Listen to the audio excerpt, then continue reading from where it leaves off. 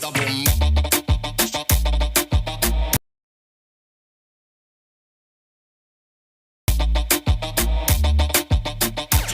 morning, everyone. Welcome to your Wednesday episode of Sunup. Belize, and welcome to Sunup. I know we're causing quite a shift here on Sunup because it's two new show. Yeah, so we all know that it's Mental Health Month, so we will be hearing from the and they'll be telling us what they're doing for this month of mental health, how to spread mental health awareness. Placencia, shout out to them. And then we'll also have the Rotary Club of OW they're having. All right, so we have that and many more prepared for you today, so thank you so much for joining us. Miriam, let's go to the couch. Yeah.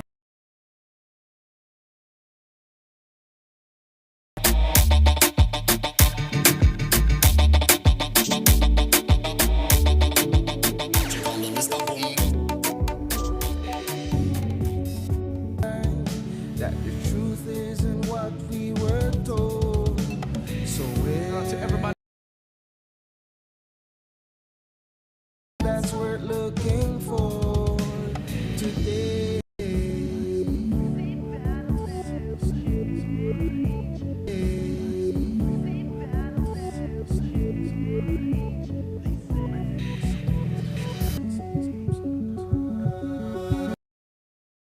And he's here to talk to us about.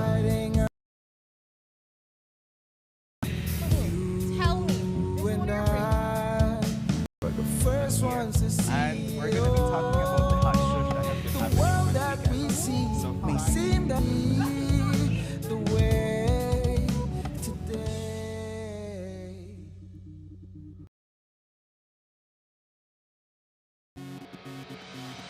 A place to call your home. A place where Muy buenos dias, beautiful Sunup on 7 family. Welcome to your Wednesday episode. It's May 27th. I want to say thank you so much for all the weather, and that's courtesy of the Belize Met Service. Good morning, Belize. A moderate and relatively moist east. As for Belize and her coastal waters, calls for sunny skies today with cloudy intervals and high temperatures to the mountains. Tonight, the skies will be partly cloudy with low temperatures of 81 degrees on the coast to 72 inland and 66 in the higher elevations. Showers and thunderstorms will be generally off. A small craft caution remains in effect for occasionally gusty winds and of small craft should exercise caution. This morning, a low at 2:18 p.m. and at a high at 8:27 tonight, and a low at 1:20 a.m. The sun rose at 5:17 this morning, up at 3:29 this afternoon, and set at 8 minutes past 3 tomorrow. The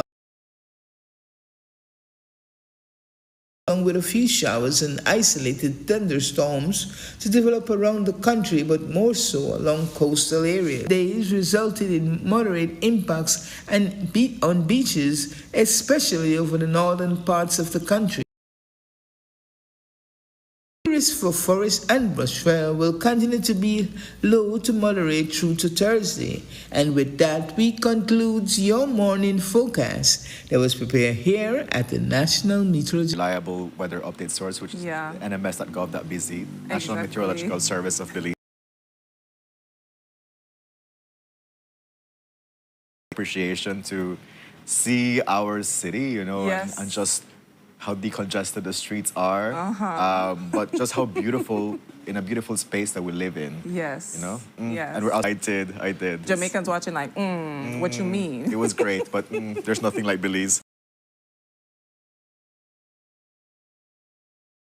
8, not a 10 all the way, but not lacking energy, just like calm 8. I love it. You know what I mean? Yeah. Still feeling the vibe and happiness, and we're still vibing with our bright colors. We're still vibing with about what we're gonna wear. We just like link up in the ethers of the astral plane, and I'm like, I'm gonna wear. Me too. And then we show up and we're matching. Yeah. It's happening. I wore this because it's a really warm morning. light and breathable, but it's not like tight, you know? So it's just Yeah. very, even,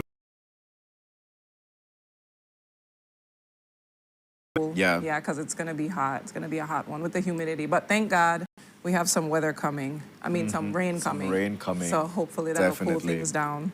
Yeah. But folks, we're company, so people are saying it's going to be a different vibe because you and I are very zen. Yes. Yeah, so so if Brandon and Renata are watching, we wish them thank you so much for your company. Miriam, are you ready to start with Couch Talk? Yes, let's do it, darling. So our first Couch Talk topic goes like this unit. So like some very interesting statistics came out from this conversation yesterday, which regards that over 500 farm from this is the investment that the government has taken into this leadership intervention unit. I don't know if folks were able to like capture that $160,000 as yeah. part of this process, right? So imagine $160,000 every 2 weeks. And 5 years, yeah, that's close to like almost $1 million. Yeah, so, it could be. so based on that. like on the number that was shared by the CEO Elton Bennett, Right, because $19.2 million went into like according to them, to provide them, you know, like vocational skills for them to derail from getting engaged in this activity. Realize that for one, they need to take a pause to be able to visit MOUs with the Belize beautification of Belize City, so they need to go and see how this MOU is working. But the next thing is that given the members are, you know, in a controlled environment, so they're doing an assessment to see like place. But again, I go back to the investment that the government this leadership intervention unit, which we're trying to find our ways, you know, you're saying $19.2 million went into this program. Yeah. And now 500 persons are without employment, right? So like, Yeah. I lock you up for 30 days and I put you out there. They're going to be in this place where the stability of having employment is not going to happen, right? So it's like, what were they expecting for this to take place?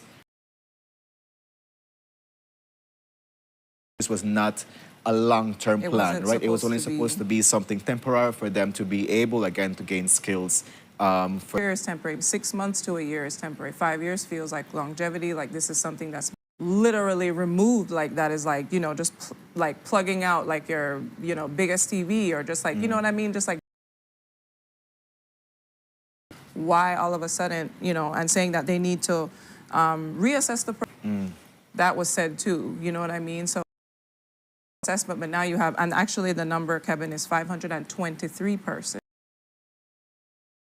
who are left displaced, and the LIU is such a symbol. Now it's gone. The next thought I have was, what are they going to do now?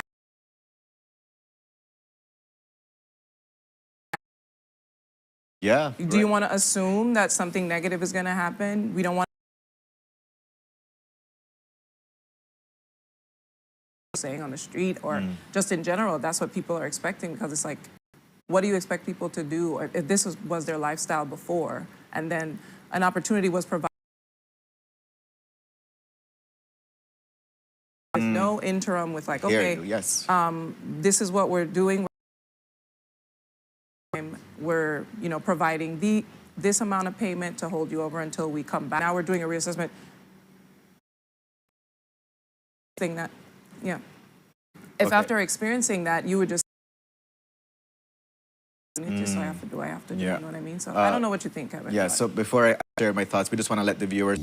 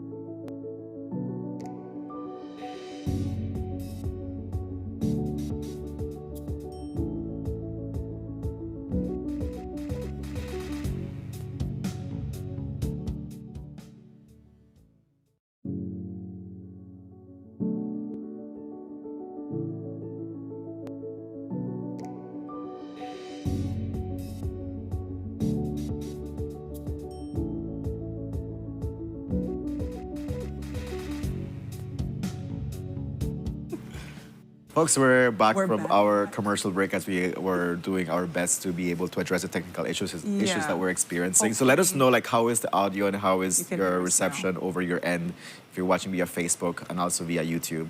But Yeah, definitely, hopefully.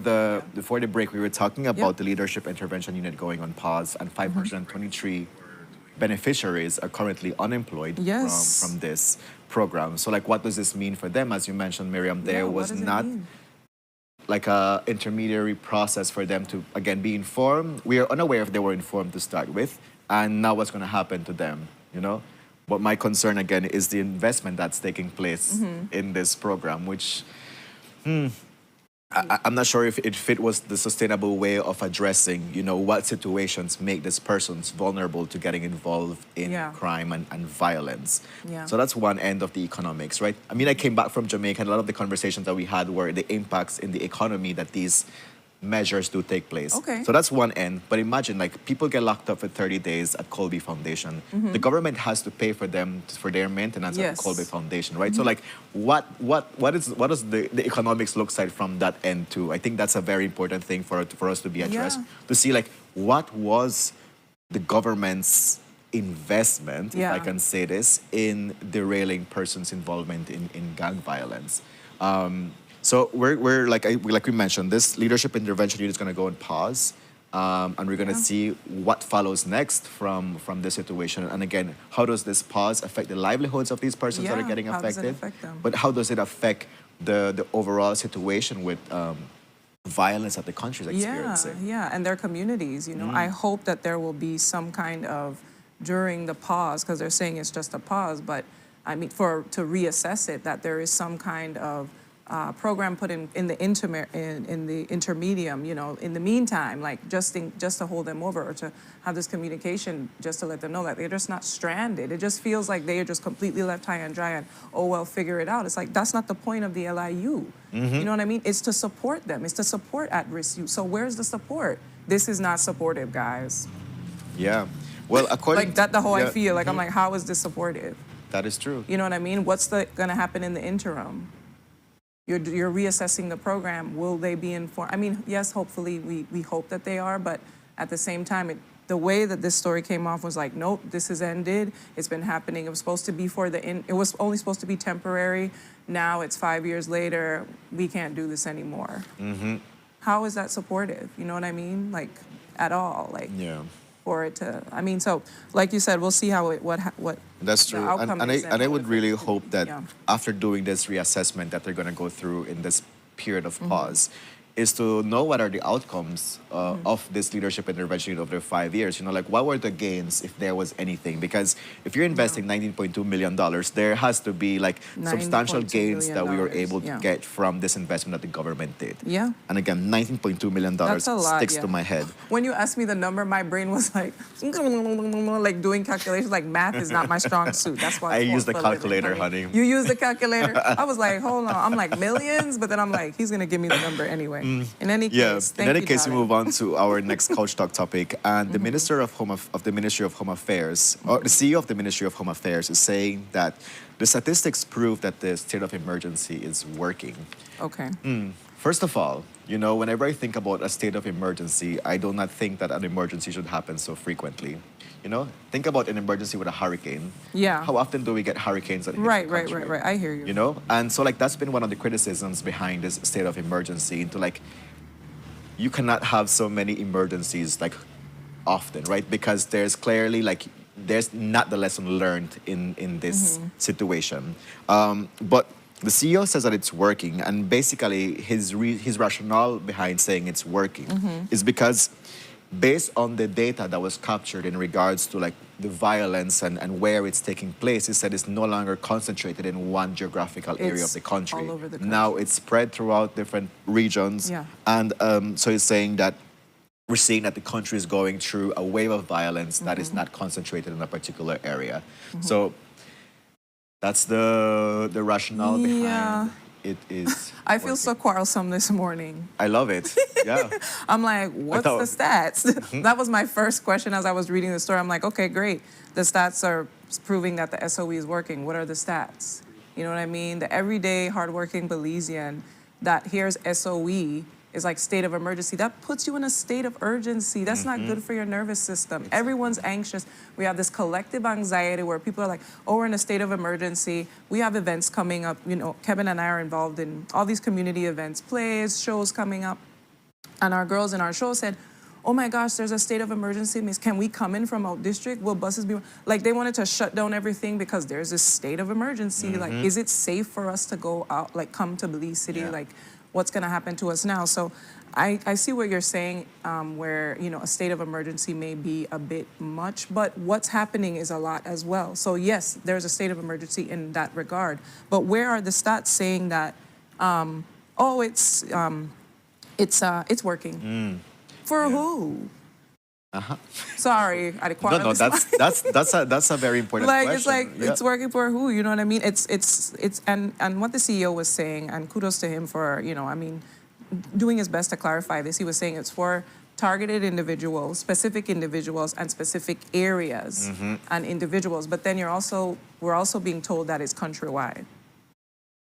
So like what's countrywide is the violence that's taking place. The violence, yeah. Yeah, so But- he's saying like before the state of emergency, you will see it happening in one particular area. Yeah, it's happening. Yeah. So in that area where it was concentrated, you're no longer seeing as much incidents of violence. Got you. Right? So it's Okay. saying it because the state of emergency is geographically specific, right? So it's saying, okay, we're seeing where we put the state of emergency, it's working because the violence is no longer taking place. Got you. I mean, of course, because you have the persons locked up for 30 days. Yeah. So the actors involved are no longer there. So we can see how it works for a bit, then you let them go, and then you come back to it. You know, but that is obviously linked also with the 523 persons that used to benefit from the LIU that are currently unemployed. Because it goes back to how the state of emergency disrupts the stability that these persons have in their livelihoods, right? So I reflect on that situation when I was working at the counseling center of the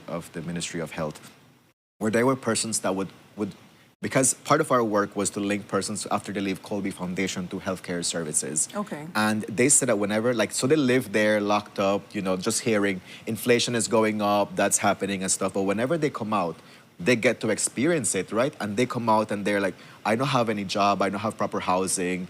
And you get to experience all these prices and they're like, so what do I do now? Right? Some of them, they would do like a petty situation where they would be locked up because they're like, okay, I cannot afford this. Or some of them would go through like other means of like finding money, which put them at risk of like many situations, like HIV, for instance. Yeah. Right? So it's like, how again does this state of emergency contribute to the stability that people need to be able to succeed and live properly in life? Yeah, it's just giving, like, it's making you think that it's like an endless cycle, and how is it going to be resolved, you know, because it keeps happening.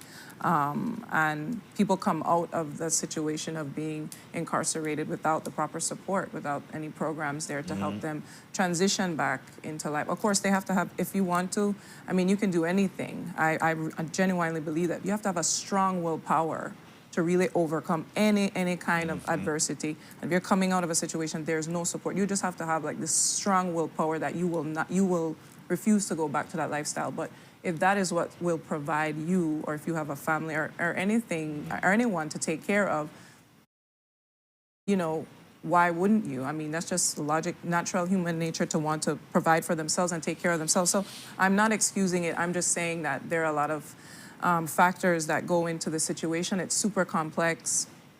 And so saying that it's the state of emergency is working because targeted individuals are locked up, I don't know if that's the answer for longevity in the long run. You know, how are we really going to help people overcome what caused them to do that in the first place? Right. You know and again, I also like to go back to the economics of it, right? You're locking persons for 30 days.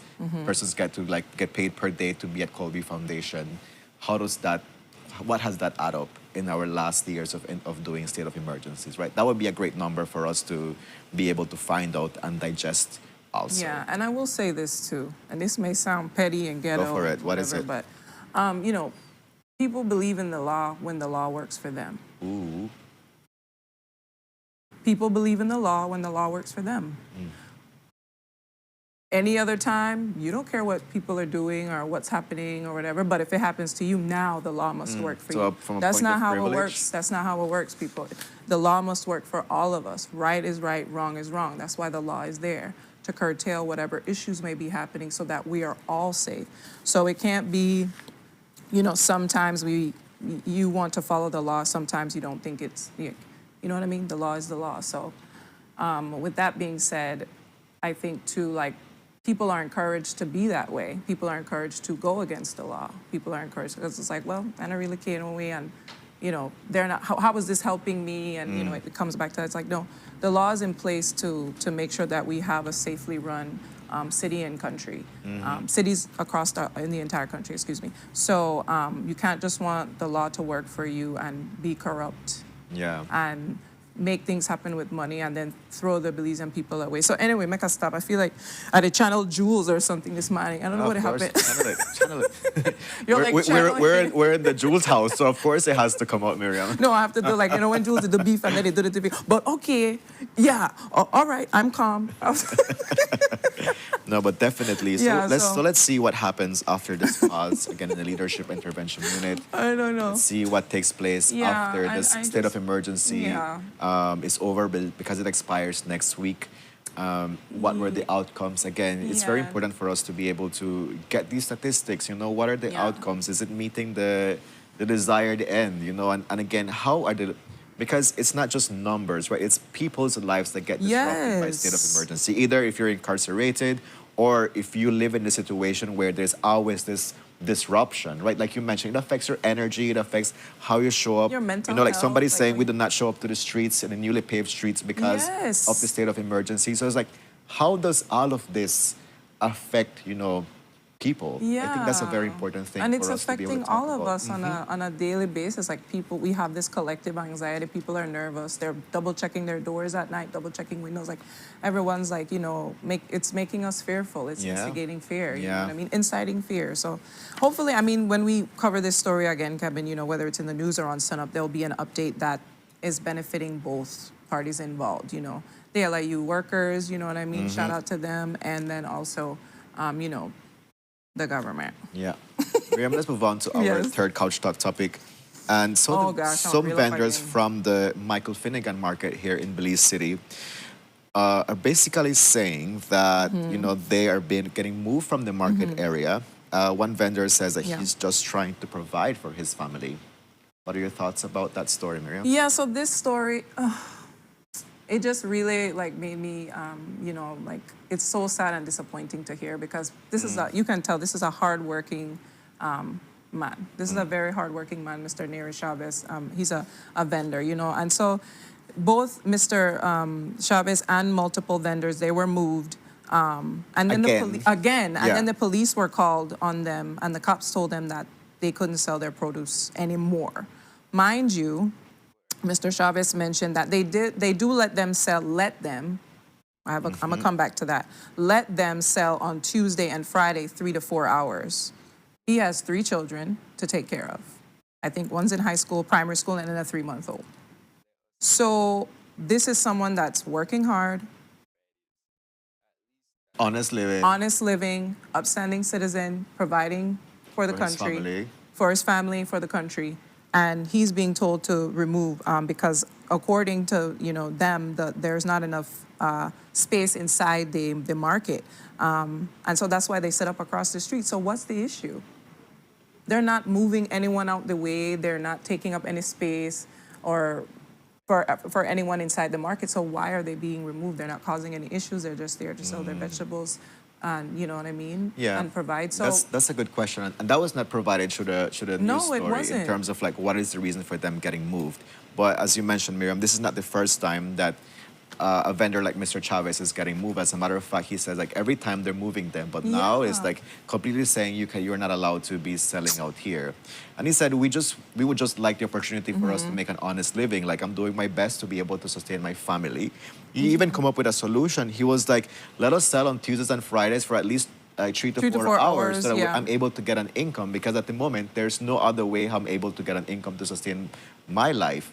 Yeah. So it's like, what are they gonna do? Yeah. And I do hear where they're saying the Michael Finnegan market could be saturated with vendors. Yeah. So is it time for us to expand the Expand. market? That's Go literally what I was higher because thinking we about. cannot go wider. So Yeah, it's like, that's what I was what is that gonna look like? I mean, definitely there's the need for produce. Mm-hmm. There's people using this as a source of income. So how are the city council or how is the Ministry of Agriculture going to do to be able to accommodate Yeah. persons like him? Yeah, so I think this would be a nice time to, call out to the Ministry of Agriculture, you know what I mean, for this situation to be solved because, as you mentioned earlier, Kevin, we have amazing food in Belize.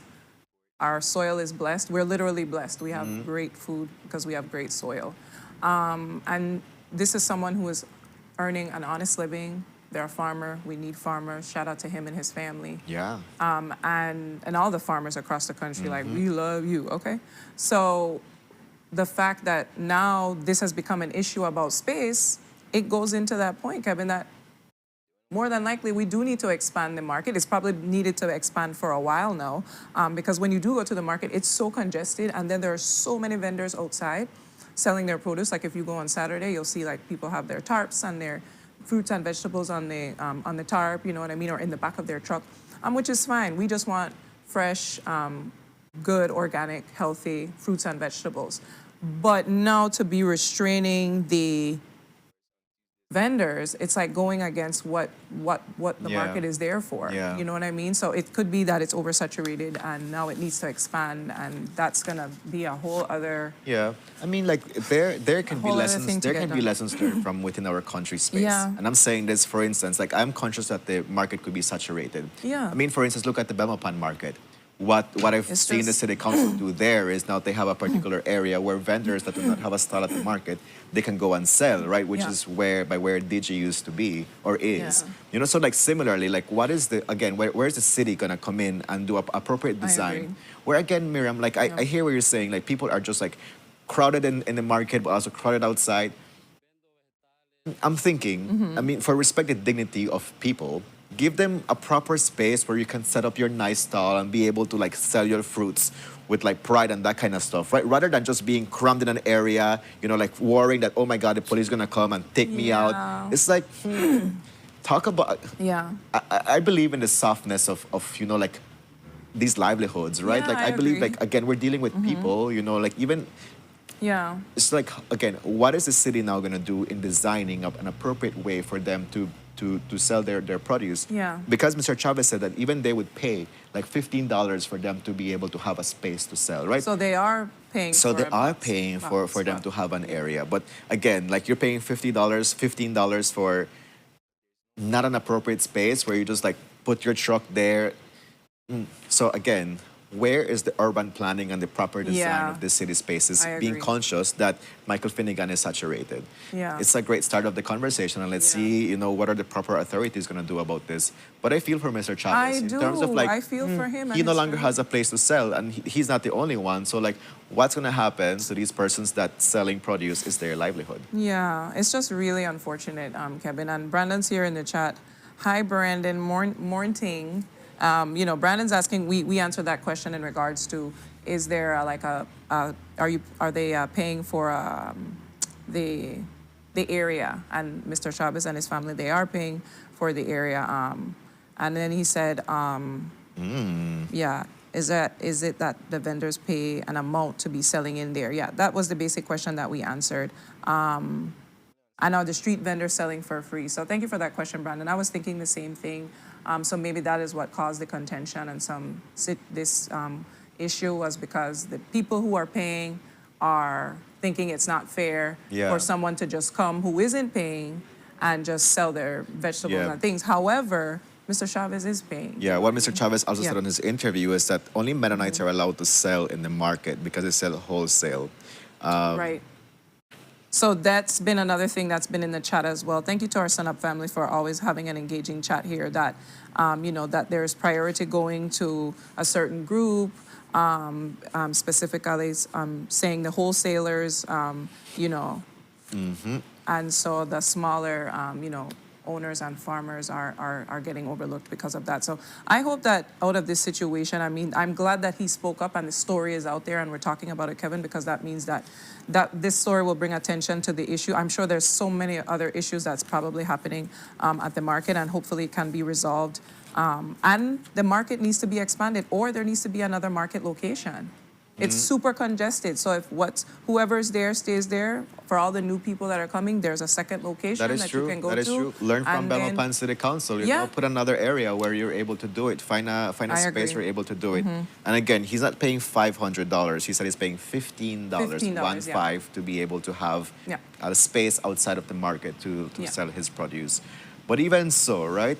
You're already paying something towards, and every time you're getting moved, you know, and that's the thing, like, you never know, like, you're going to show up to work and you have no idea how you're going to find the environment. That even on its own is like super stressful. It is very stressful. You know what I mean? And this is someone who's trying to earn an honest living. You know what I mean? So I don't know. This story was just upsetting to hear. And I really hope that he's able to somehow find an area where he can sell his fruits and vegetables in peace. And that hopefully this sparks not just the conversation that we're having now, Kevin, and that our Sunup family is having in the chat, but that the Ministry of Agriculture jumps on this, that the City Council jumps on this, so that there is a space for another place, another market, like you mentioned, Belmopan did, so that, you know, this oversaturation that's happening at the Michael Finnegan market, hey, there's another option here and there's more space and people can sell with pride and not be selling, yeah, because I'm even sure, like, you as a person going to, like, buy your produce, right? You would like to be in an area where you can walk around without being crammed in a space. We're, like, rushing from one place to another. We can definitely do it. All right, we move on to our last Couch Talk topic. And the Belize City Council has been ordered to pay damages after leasing road reserve. So this is a situation that started in 2019 when the Belize City Council leased a portion of Miss Ethel Thompson's property on Coney Drive to Miss Mary Flowers. So Miss Mary Flowers opened Gwen's Kitchen. So now, and the reason, so like now what's taking place is that the Miss Ethel Thompson took the Belize City Council to court, where the court has determined that the lease was invalid and awarded her damages on the right to protection from the law and the right to arbitrarily be deprived of her property. So again, this is another, you see so many stories about land disputes and issues and things like that, Kevin, and it's just like one other, every time I hear a story, I'm like, first of all, why was this approved in the first place? Well, it said it was invalid. It was invalid? So, so who say, oh my, yeah, it's like, you take this lease this land from, and it's invalid to give it to somebody. Now it's in the news that you have to pay the damages after leasing the road reserve because of this, you know what I mean? So what's happening in the process? I don't know if it's miscommunication. I don't know if it's an underhanded like situation that's happening under the table. You know, when people say every time there's an issue with land, it's like something's happening. Why you didn't laugh, Kevin? There's always an issue when it comes to land. And I don't know if it's ever gonna go away. I don't know if it's ever gonna go away, Kevin, because like there's so many things, so many factors that happen where transactions are happening, people are paying under the table. Is it valid? Is it valid? Is it not valid? Is the lease there? Is it not there? Is it real? Is it not real? I mean, so many scams coming out. We had the story that we followed, that lady that was doing a full scam coming out of the lands department where text messages were being sent from lands. So if you're a legit, and I feel sorry for the lady for that. Miss Thompson. Yeah, Miss Thompson that did Gwen's Kitchen, because Miss Flowers from Gwen's Kitchen. Because, you know, again, upstanding citizen, trying to run a business, not trying to do anything underhanded, but then no, she gets the short end of the stick. So it's like, who is responsible for this? Clearly, yeah, who's going to be held accountable? Huh? Yeah, who's going to be held accountable for this? Yeah, and well, clearly the city council not how to pay. Who's going to hold them accountable? Jules? He's trying. No, but again, it goes back to, you know, like how this transaction took place and where now will the funds come for them to be able to pay this order for Yeah. the damages for leasing a road reserve. Yeah. So, I don't know. What do you think is the best? I mean, I'm asking this question and I'm like, I already know. I mean, you're smiling because you're saying who's holding them accountable and why did this happen in the first place? How do we make sure that this doesn't happen again? You know what I mean? Yeah. How do we make sure this doesn't happen again? It will happen again. It continues to happen. You know what I mean? When it comes to land and land rights and different things like this. So it's just a very, I think too, it can make anyone or upstanding Belizean who wants to own property or wants to get something legally done. This is how this woman went through. She thought everything was fine the way she did it. And no, to have them come back and say, oh no, you can't do that, it's invalid. It's like, what are you supposed to do? You know, you going to the proper authorities for help, and even that's not working. So way off it though. You know what I mean? So it's just like a frustrating thing. Like when I heard the story, I just like rolled my eyes. I'm like, again, you know what I mean? I think I'm gonna hear it again and again. So I feel bad for the lady, Miss Thompson. For both of For them. Miss Thompson and Miss Flowers. And Miss Flowers. So Yeah, because that even on its own creates a friction within the works. Because you have your business right in front of her land or anything, right? So it's like, that even causes a level of disruption of energy right there. And Yeah. I'm like, we don't need to put people in those situations, right? Yeah. It's already a So- hot day for you to, for you to like, I mean, shout out to, I mean, now they have to pay the damages, so maybe hopefully that'll be lesson learned so that they make sure that there are checks and balances to make sure, cross every T, dot every I to make sure that this does not happen again. that is true. Because that is true. it Which didn't can be a have lesson to. learned for anybody that's gonna open Yeah. business with the city council to be able to like Yeah.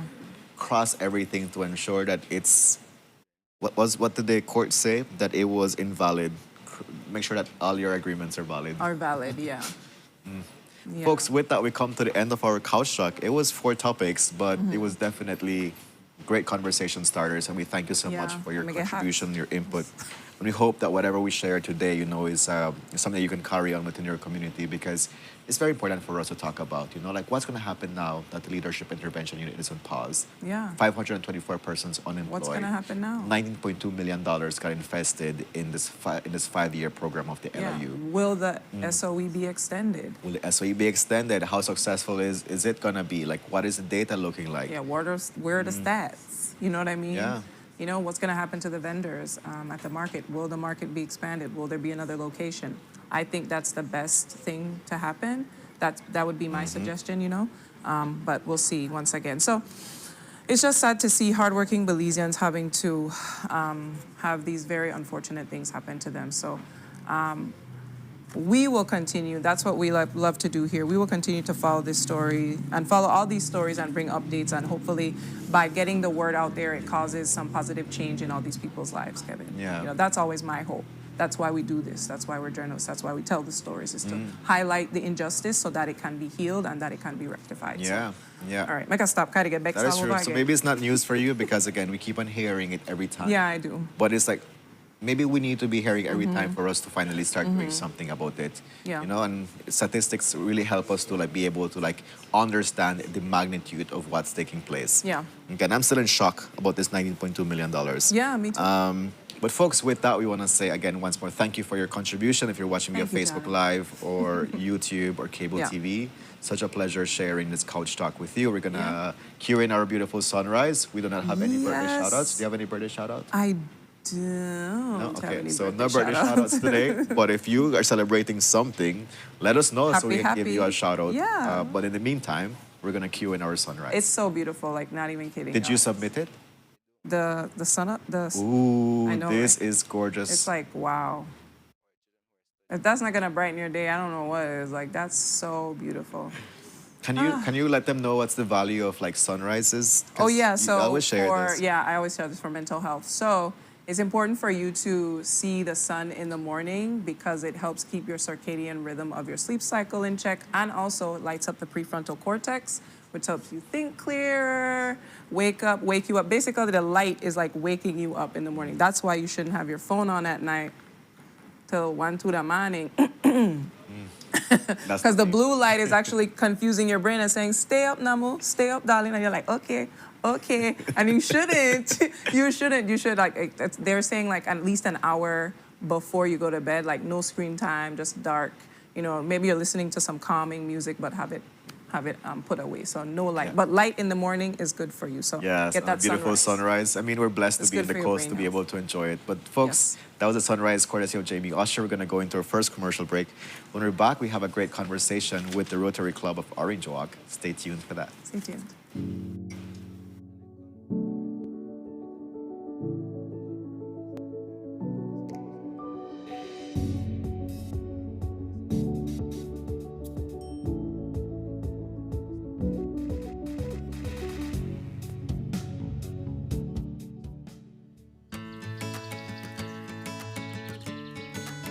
In Belize, some things aren't explained. They're passed down. Not because they're tradition, but because they've proven they work. When you work hard for what you have, you learn to protect it. And when the time comes, you pass that responsibility forward.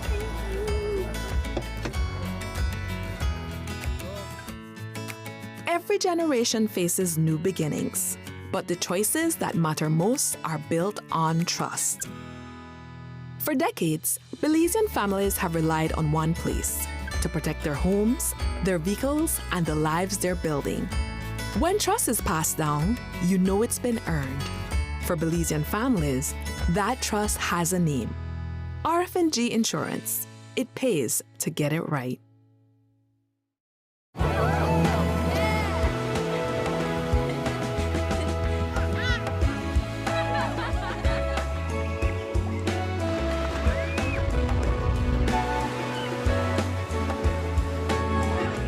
All your special moments deserve a special place. Book now and save 50% on accommodations and 20% on spa, only at Naya Resort and Spa. Welcome to the V Department Store. We are conveniently located on Coney Drive in Belize City. That's right on Coney Drive in Belize City. At the V Department Store, we offer a wide variety of groceries, cosmetics, kitchen appliances, kitchenware, electronics, and more. We've also recently expanded to the second floor to better meet your household and office furniture needs. We now have a wide variety of furniture, home decor, and accessories. We have a shared vision for a comfortable and customer-friendly shopping experience. Visit us today and be warmly greeted by our reasonable prices and cordial staff. The V Department Store. Experience the ultimate shopping destination.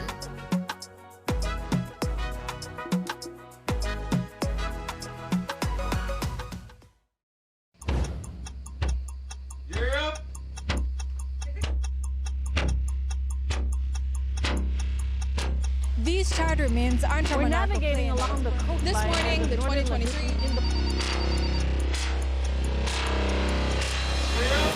Good evening. Good evening. I'm Sherry Halsell, and here's What's ahead for you on 7 News tonight? We've got details of these and other stories in our newscast for tonight. Good evening. With your news, I'm Indra Craft. Belize, you're watching the Nation Station, Channel 7.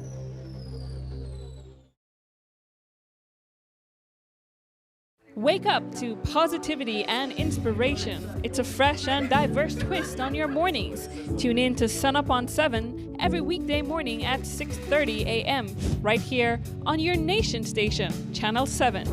It's the morning show you don't want to miss.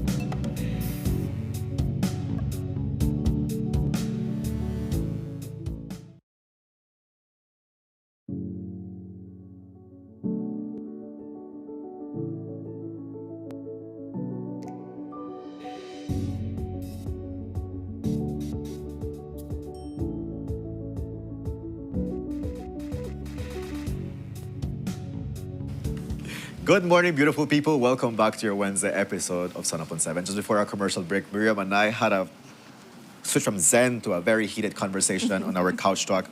And we move on to our first guest conversation. Joining us on our couch, we have our friends from the Rotary Club of Belize City.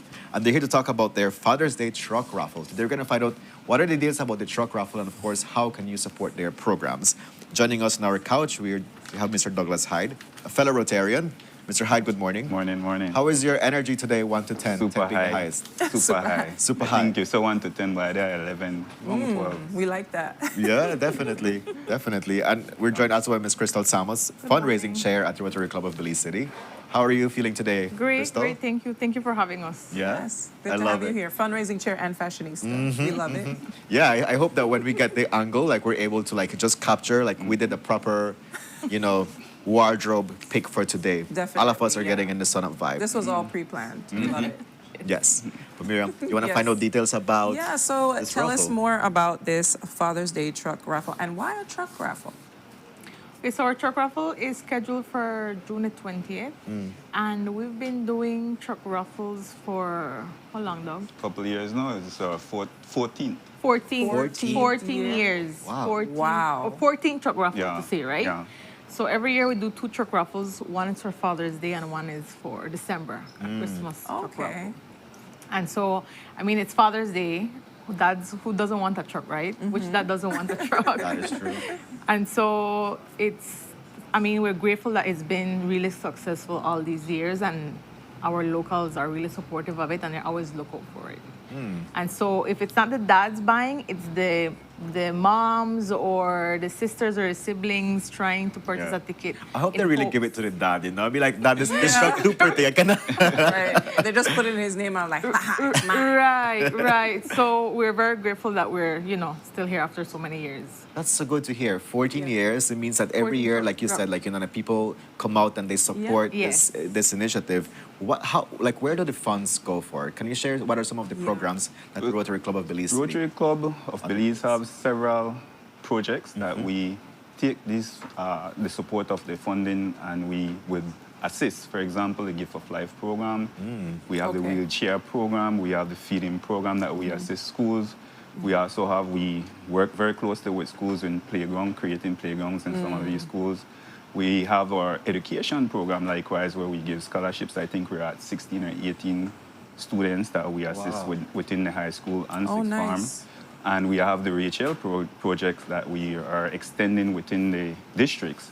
And the Rachel project focus on internet and access to equipments so that we can help students within these areas that don't have access to internet itself. So, and we have other projects that we work within our communities. That's the work of Rotarians, and our objective is service above self, where we look at the issues and we try to find solutions to assist our community in best we can.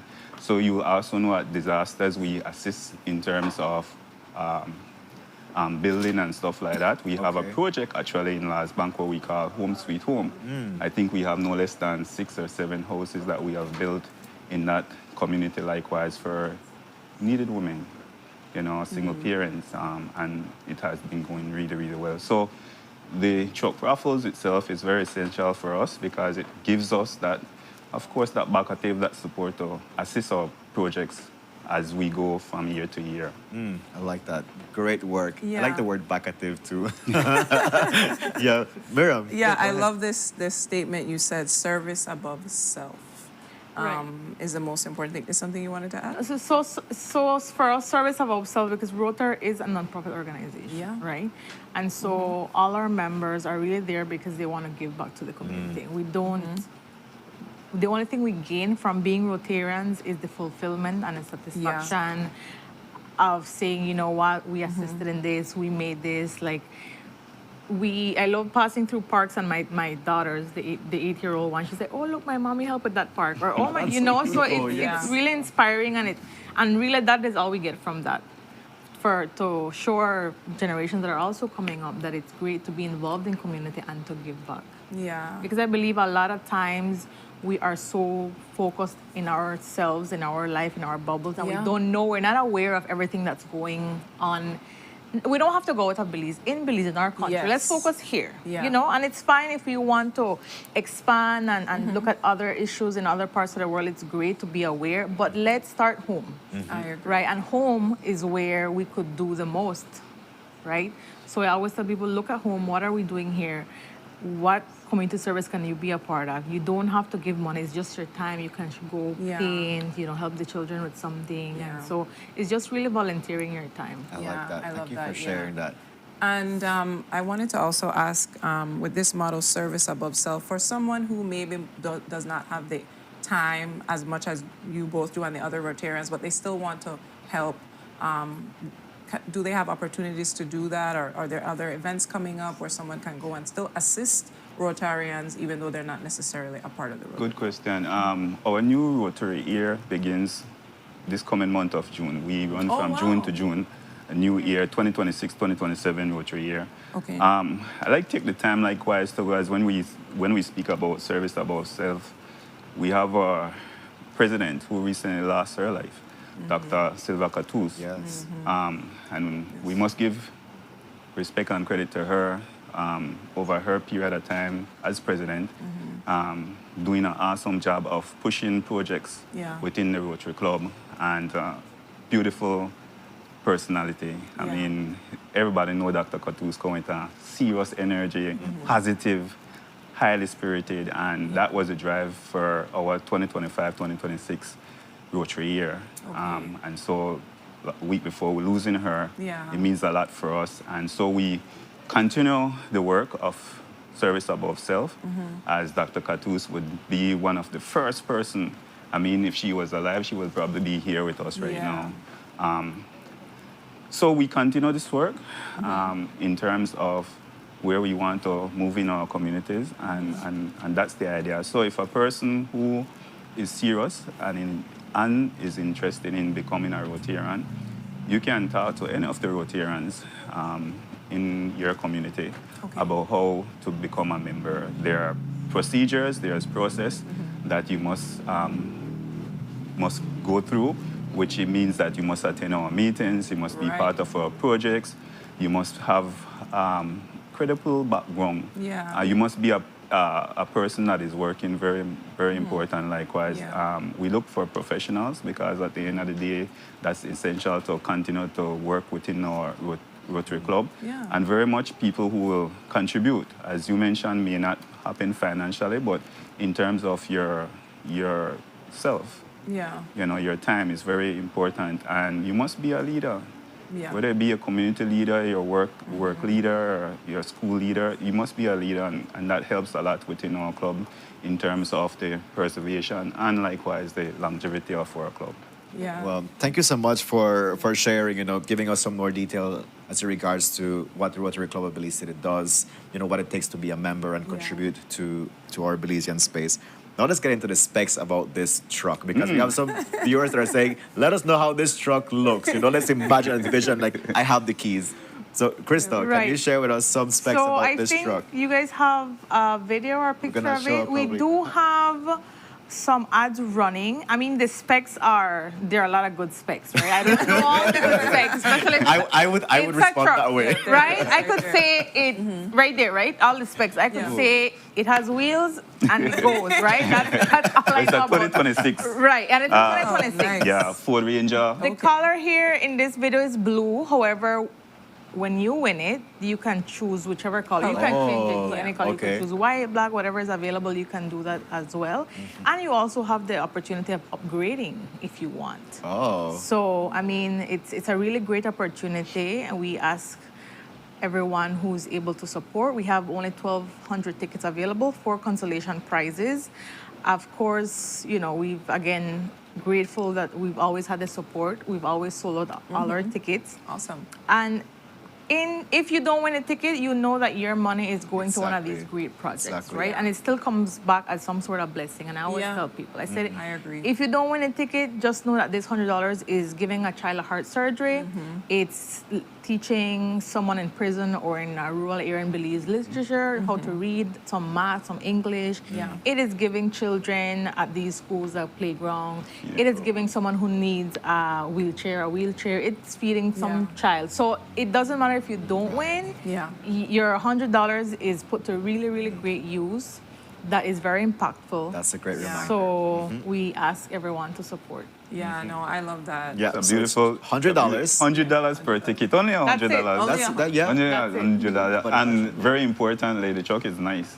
I mean, we have excellent persons who won the trucks. They have literally enjoyed their truck. And Crystal mentioned in terms of our Father's Day, you know, mostly trucks that are won by the females. Right. We only have one for 2 men who have one truck. So it's I hope they give it to the dad, you know. But it's a good experience for us as Rotarians, but also, you know, being in the public, because we do have our face-to-face communication with the general public in terms of the support, and we get very much positive feedback from the general public in terms of the ticket selling, but also what we do, you know, and that it gives us also a chance to talk about Rotary Club. This year also is a time for, as before, how to become a member. This year is our time to reach out to the general public in terms of membership. Okay. We've seen globally that the Rotary Club internationally is where we push for more members. And so this year is where we strive within that team of new membership. And so people who are interested, again, we're asking for new membership persons who are interested to could reach out to Rotarians and find out how they can be part of this process. And as my friend mentioned, in terms of becoming part of these projects and events that we run almost every day, every week, every month. Thank you so much for extending that invitation for anybody that's interested to become a member. And again, go ahead and do that. Some people might not, like you mentioned rightly, don't have the time, but you can ask what are the projects, and maybe you just want to focus on us in one specific project, because we have several projects, and that way you don't have to be a member. You could just, you know, assist in that specific project that's called to you. I love it. So, as we wrap up this conversation, I'm going to ask you, Douglas, can you please let our viewers know where can they purchase tickets? Yes. It's $100. Drawing date is 20th of June. Where can the tickets be purchased? Every Rotarian have tickets. So but they also can go on the DigiWallet. DigiWallet has it on, so you know you really have to reach out to our Rotarian. You could go right on the DigiWallet and do your own purchasing, and likewise do payment there. But again, we have it, the Rotarians have it. You could go on our Rotary page, our Facebook page, and also make communication with us in terms of location. We do have a WhatsApp process likewise too, so if you have information you could send us. Send the funds, and then we send a copy of your ticket to you in terms of a picture, and then we do the process for you. So it makes it much easier if you're there all over the country. You could access the information through our Rotarian and through our social media itself. Very well. All right, so you definitely know, like, the tickets are accessible. There's more than one way. Limited time too. Limited time also. Limited tickets available also. Only 1,200 only tickets. 1,200 So only 1,200 tickets. You could purchase via WhatsApp, via any member, via the DigiWallet, through Facebook. Yes. All right. So thank you so much. All the best with the raffle, and we look forward to a future conversation with you all to see what great stuff you are all up to at the Rotary Club of Belize City. And kudos to you both, and congrats to you all for doing this work. And great job showing up with the outfits. Can't get over that, you know? It's such a great job. Folks, with that, we're going to go into our next commercial break. When we're back, we continue with great conversations on this Wednesday episode. Stay tuned.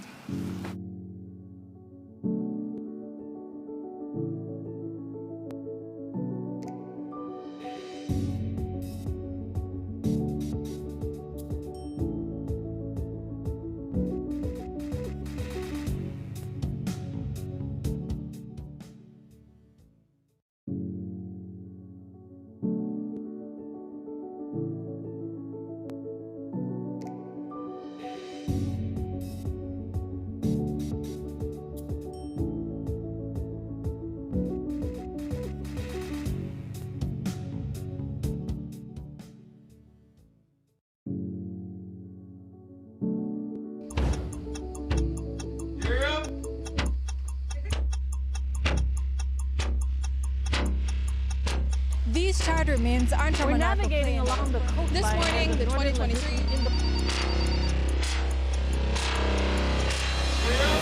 Good evening. Good evening. I'm Cherie Culsel, and here's What's ahead for you on 7 News Tonight? We've got details of these and other stories in our newscast for tonight. Good evening. With your news, I'm Nadir Craft. Belize, you're watching the Nation Station, Channel 7.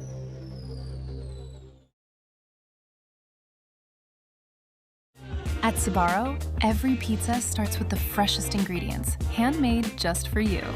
Enjoy fast, seamless service. Hot, fresh, and ready to go.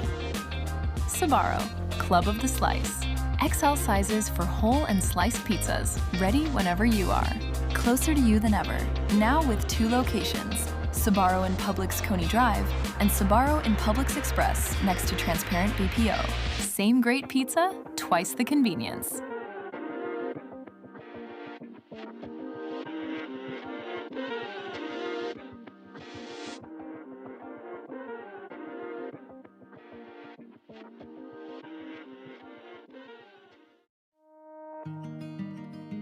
The roads of Belize connect us all. Riders, drivers, families, friends. Every day begins with a little routine and the confidence that life's journeys are protected. From school drop-off through the daily grind and everything in between, each with different roads ahead, yet one common goal: to arrive safely. Atlantic Insurance stands with Belize's riders and motorists with affordable protection, support, and peace of mind for the journey ahead. For the roads we share and the lives we protect, Atlantic Insurance is by your side, insuring you from life's unexpected. Atlantic Insurance, insuring you from life's unexpected. Electricity is essential for everyday life, but behind every outlet, a lot is happening to bring you safe, reliable, and sustainable energy. Let's start at the beginning. Independent power producers across Belize generate electricity using a mix of renewable and non-renewable resources. Electricity travels across a network of high-voltage transmission lines capable of transmitting electricity across long distances. Electricity then reaches your nearest substation, where it is adjusted to a lower voltage, making it safe to travel on the distribution lines you see in your community. From there, electricity makes its final journey from the distribution lines to your home, providing you with safe and reliable power when you need it. Belize Electricity Limited. We continue to serve you.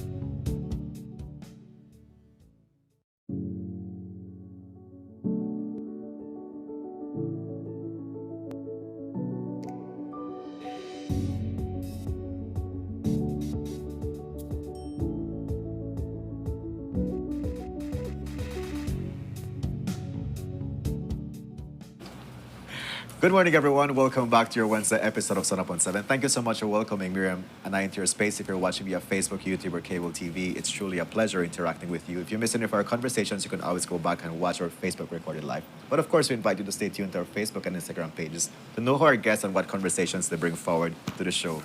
Move on to our next exciting conversation, and we're joined by our beautiful friends from the Belize Sustainable Ocean Plan team. And so we're joined by Ms. Janelle McNabb, the Marine Spatial Planning Coordinator. Janelle, good morning. Good morning. Thank you so much for joining us. Next to you, we have Alana Godoy. You're from the Nature Conservancy, Belize Blue Bonds Director. Good morning, Alana. Good morning. And we'll have the Director of the Coastal Zone Management Authority and Institute, Ms. Arlene Young, joining us also. Good morning, ladies. Good morning. Yeah. Thanks So let's do an energy check-in. Yes. 1 to 10. How is yours, Janelle?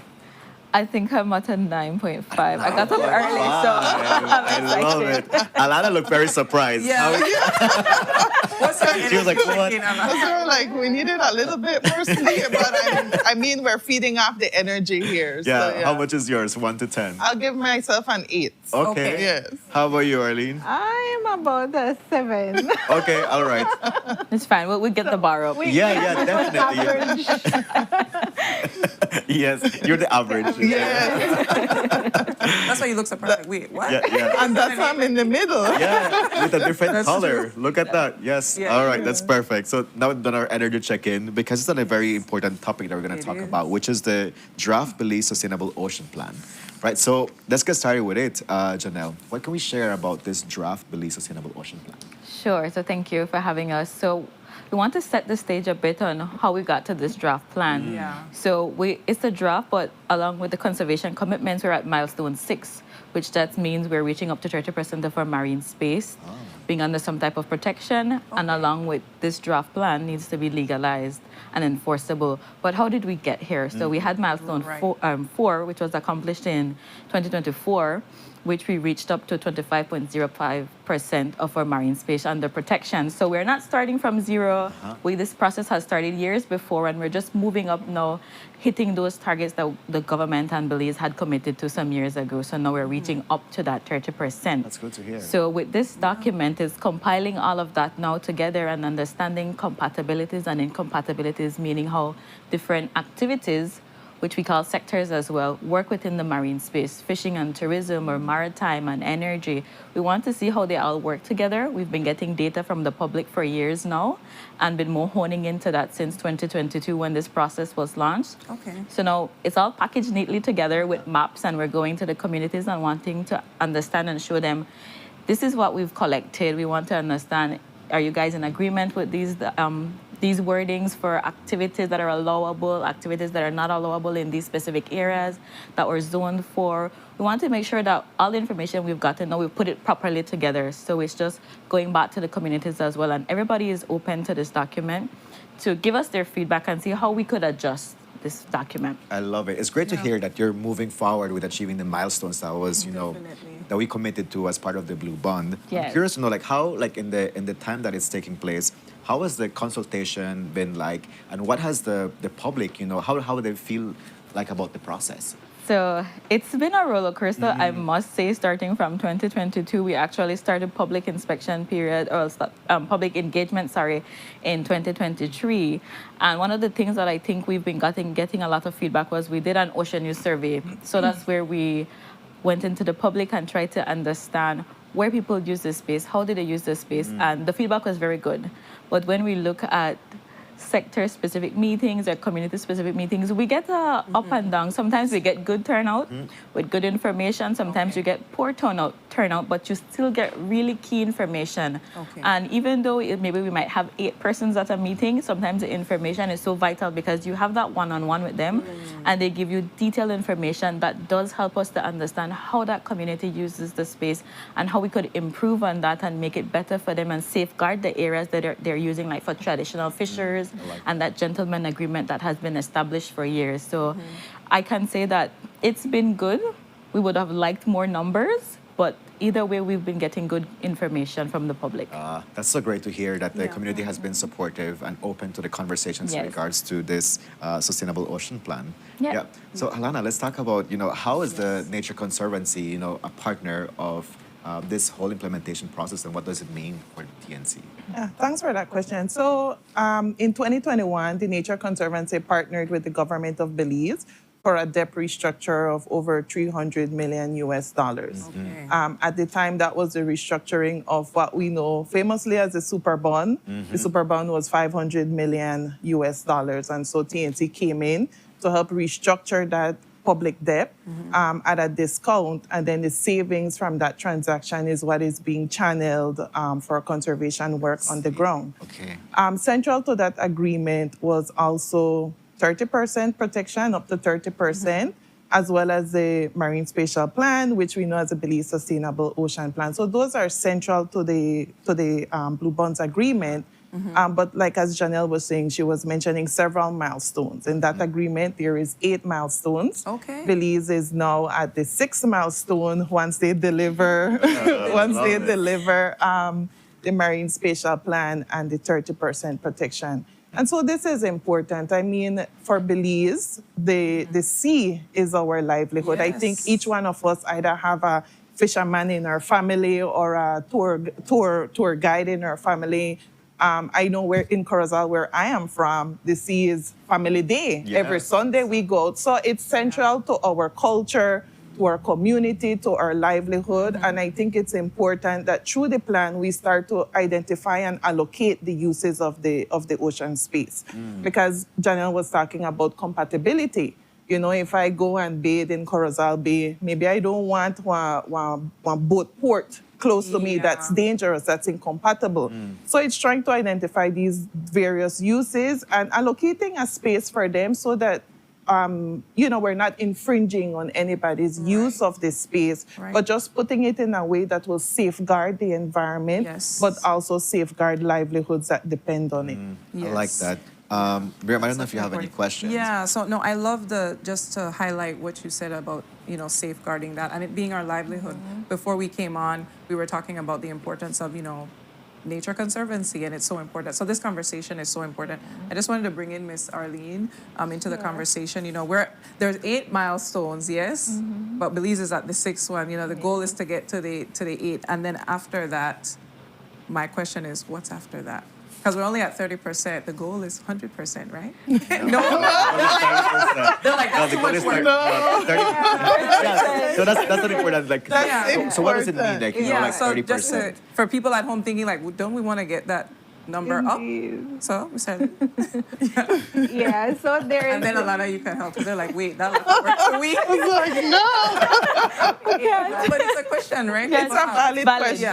Valid. So prior to the 30%, we were at, I believe, 20, a little close to 20%. And to get to 30 is a lot of work. So imagine if we were aiming to 100, that's definitely not the goal here.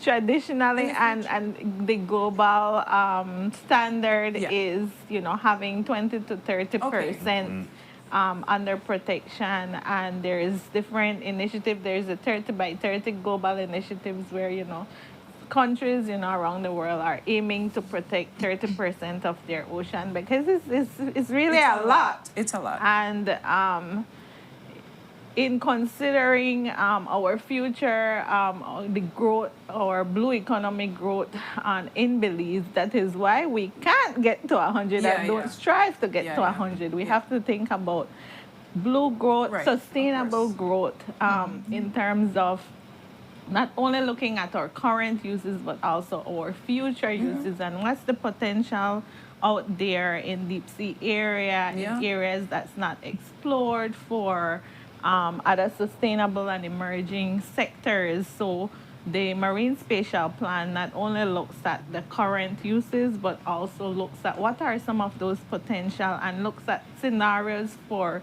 future, considering climate change impacts. Our reefs are under significant threat.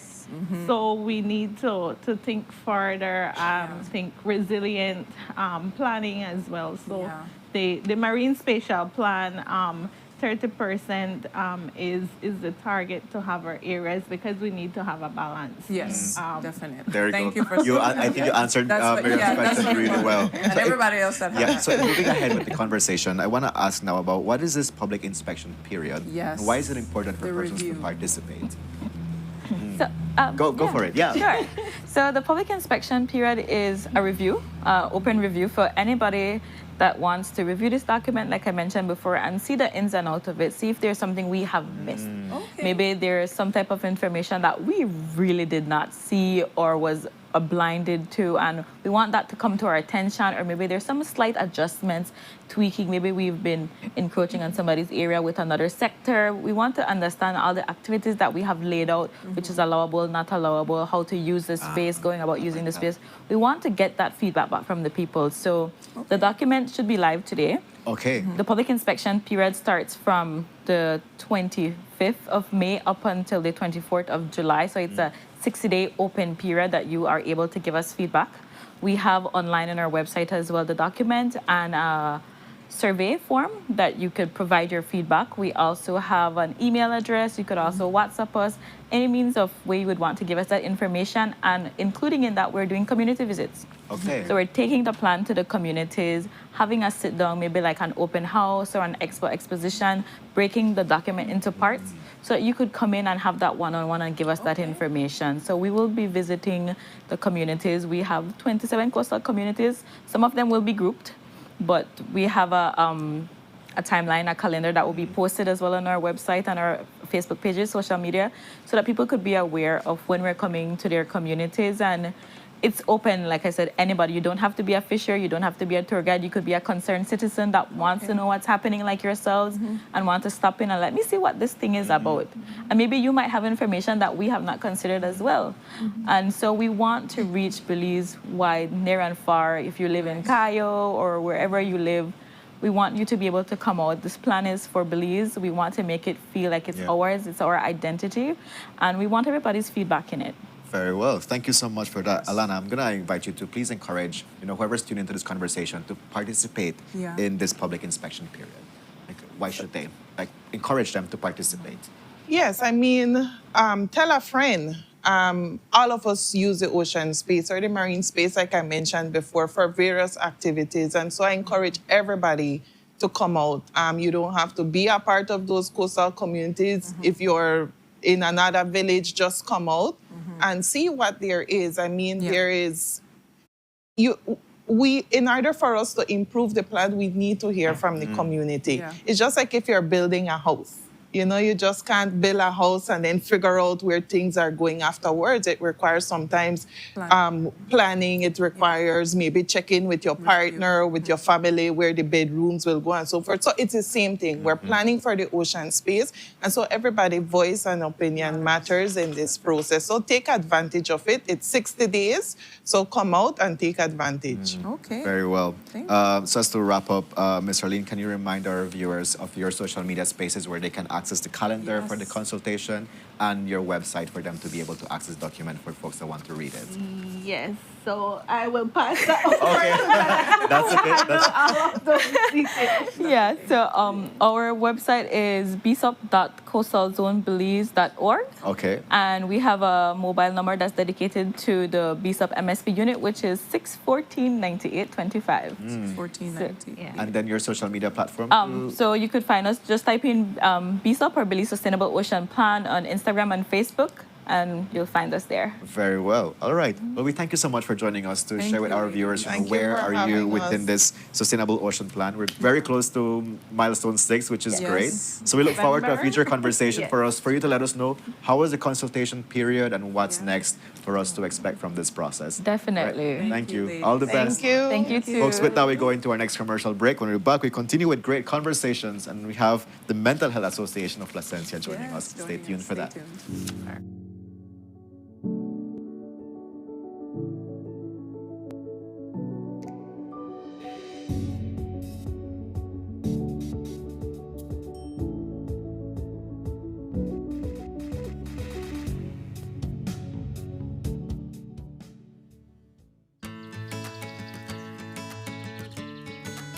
In Belize, Some things aren't explained, they're passed down. Not because they're tradition, but because they've proven they work. When you work hard for what you have, you learn to protect it. And when the time comes, you pass that responsibility forward.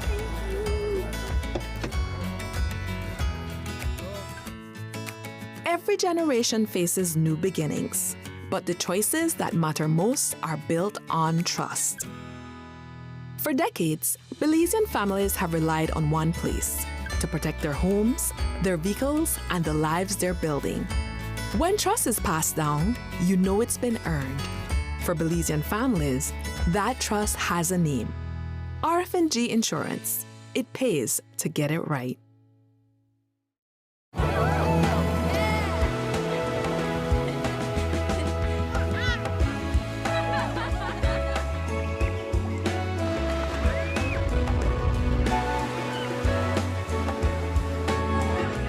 All your special moments deserve a special place.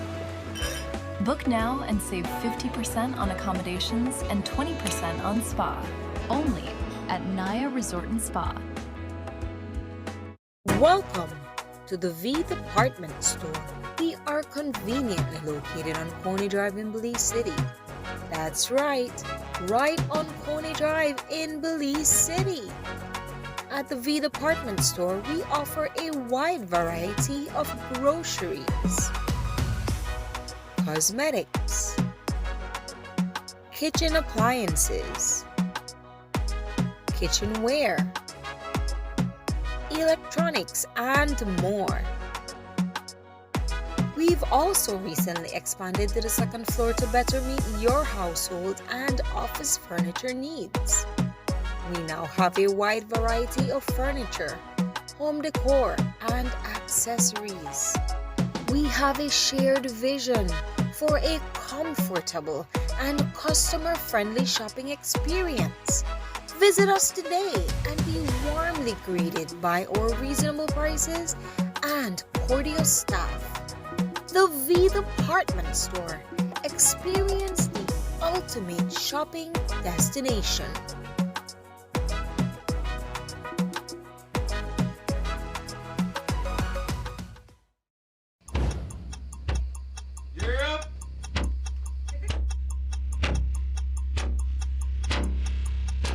These charter means aren't We're navigating along the coastline. This morning, the 2023 Good evening. Good evening. I'm Sheree Culsel, and here's What's ahead for you on 7 News tonight? We've got details of these and other stories in our newscast for tonight. Good evening. With your news, I'm Dirk Crack. Belize, you're watching the Nation Station, Channel 7.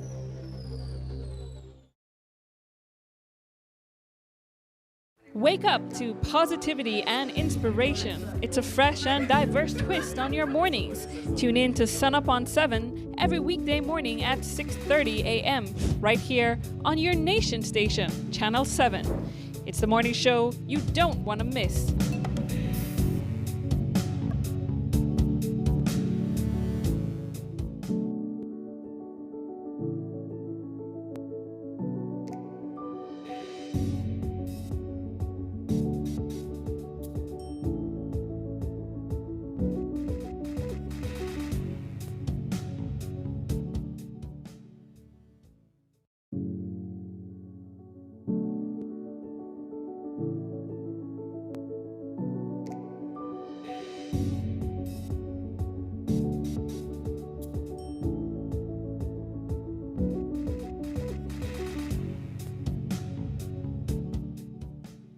Muy buenos dias, beautiful people. Welcome back to your Wednesday episode. As you can see, Miriam and I are on the go as we get through this exciting Wednesday episode. Move on to our next conversation. We're joined by our friends from the Social Security Board. And today they're here to talk about their 45th anniversary and their ongoing scholarship program. Joining us on our couch to give us all these details, we have Ms. Miriam Requena, Service Delivery Manager. Ms. Miriam, good morning. Good morning. Thank you so much for joining us on Sun Up on 7. Thank you for Next the to you, invite. we have Ms. Mueva Garcia Fuller, Senior Communications Officer. Mueva, good morning. Thank Thank you and good morning. And we have Ms. Vanessa Bayos, Manager at the Communications and Public Relations Unit. Good morning. Good morning, ladies. Welcome. How do you, I want to ask you, Ms. Vanessa, how do you feel about Social Security celebrating 45 years? I'm totally excited about it because it is really a milestone. 45 years of service to Belizeans. So it's very important that we do something special to commemorate the 45 years. I love that. Yes. Yeah. So talking about that, I want to ask you, Ms. Miriam, what is so, like, you're going to give us like an overview of the Social Security Board, but if you could like tap into like what are some of the great achievements that have taken place in the 45 years, what would that be? It's so many, you have a lot of time for us. Unfortunately not. Okay, so a brief history. Social Security started June 1st, 1981. Wow. When they opened their doors, it was the 26 staff members. They started at the Civic Center and Bliss Parade in Belmopan. And we have grown from since then. We had sub-offices managed by officers in charge, and they offered partial services to the citizens of Belize. Today, we can say we have grown to about 300 employees, 9 branch offices, 1 sub-office in Placencia, and we are fully loaded with all services that we offer. Very well. From the inception, we started manual. Everything was manual based. The typewriters, the calculators, the paperwork, the filing cabinet. Oh, you're taking us way back for sure. Yeah, that is what we started with. Now we can safely say that we have embraced technology and we have gone digital. Yay, Social Security. We boast of our My Social Security portal. The employees can go in, the users can check their contribution history. You can print your history.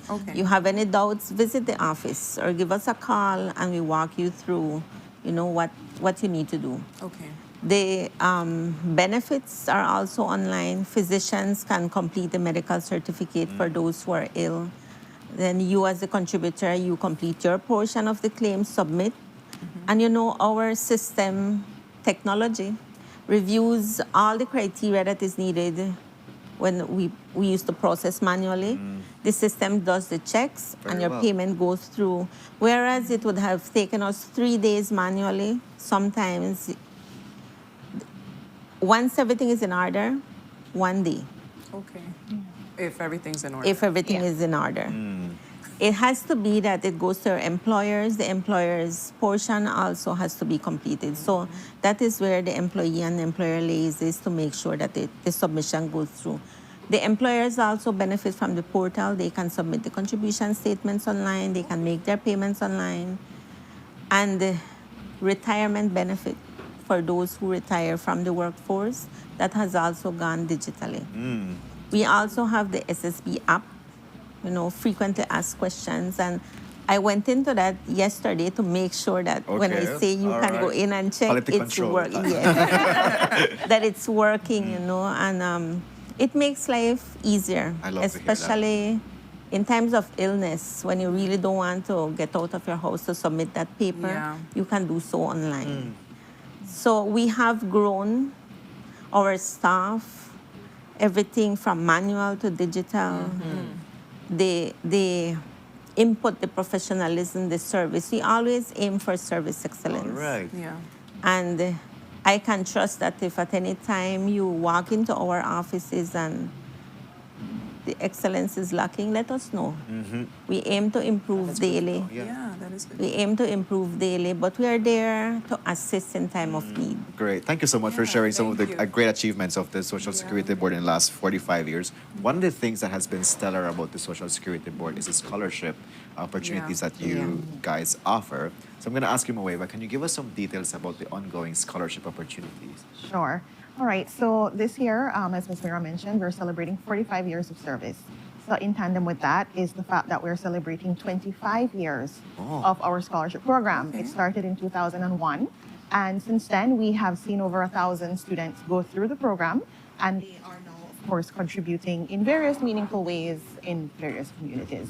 Interestingly, we had Renata who passed through our program. That is true. I also saw another one of our scholarship recipients this morning, Uh-huh. right here. She's one of your producers. So it's always amazing to see them out in the real world and to see how they're doing, you know, how they have progressed and how they've grown. Thank you. And it really just speaks to the far-reaching impact of a Social Security scholarship.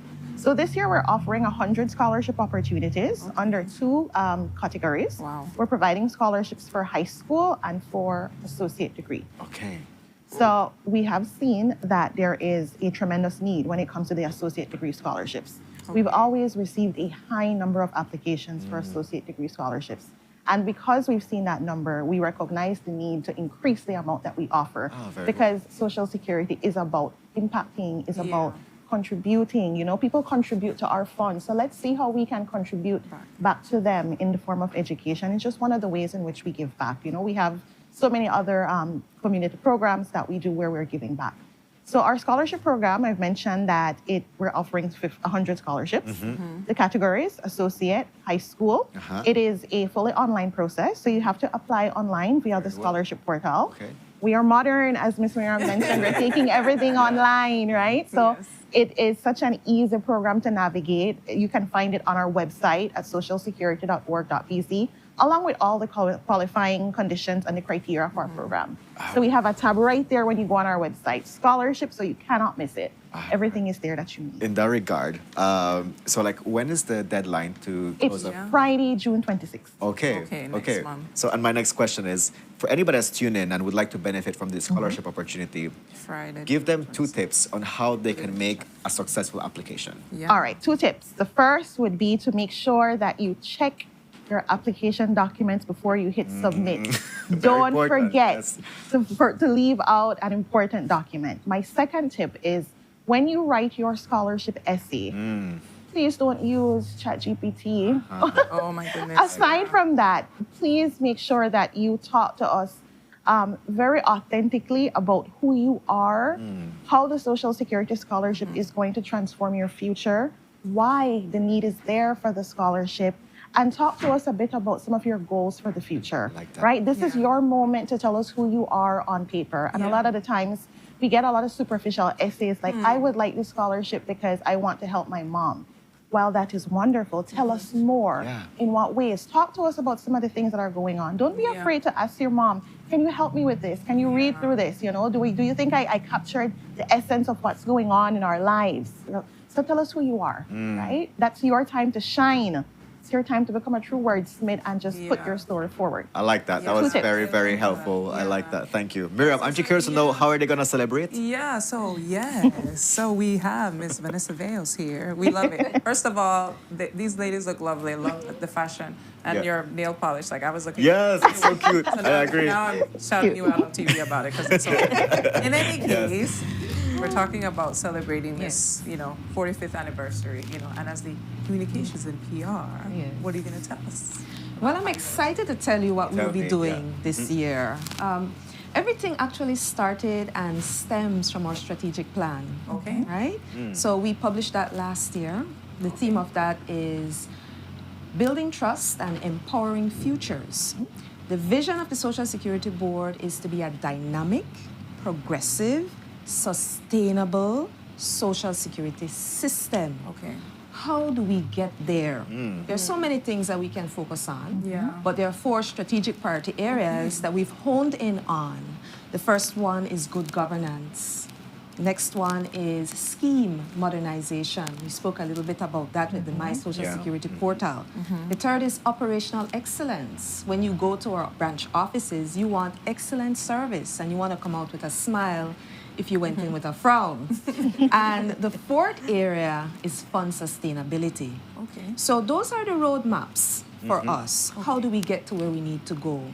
We internally, we know what our strategy is all about. But SSB is not just for me, it's for you. And as the generations continue, for your children too. Yes. So how do we ensure that our fund remains sustainable for the long term? We focus on those 4 strategic priority areas that I mentioned. How does that link in to next week, Monday, for the open day celebration? Tell us. Each branch countrywide will have 4 stations.